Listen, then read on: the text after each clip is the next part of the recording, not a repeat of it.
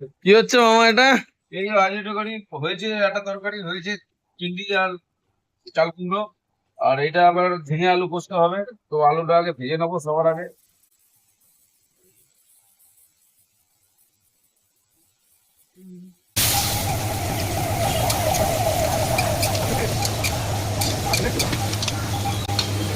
এবার কি করবো মামা? এই যে আলুটা হয়ে গেল, আলুটা তুলে নিলাম।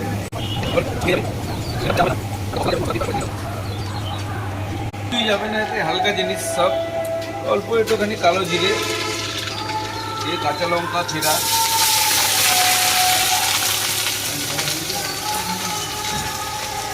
এই যে পোস্ত বাটা,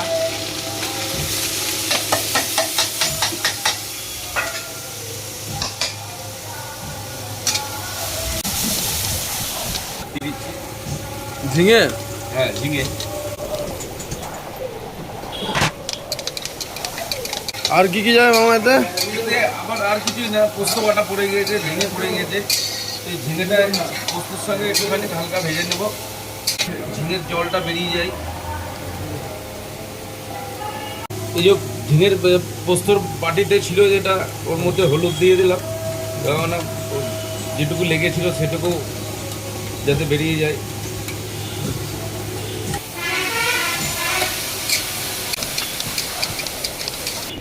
কতক্ষণ হবে মামা এটা?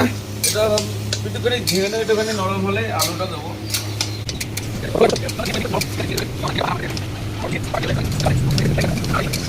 60% হয়ে গেছে। তো আলুটাও আমি আগে ভেজে নিয়েছি, আলুটাও 60% হয়ে আছে। তো এবার আলুটা দিয়ে দিয়ে ম্যাচ করে, তো দুটোই আর একটুখানি বয়েল করে নিয়ে আমাকে একটুখানি জল ব্যবহার করতে হবে।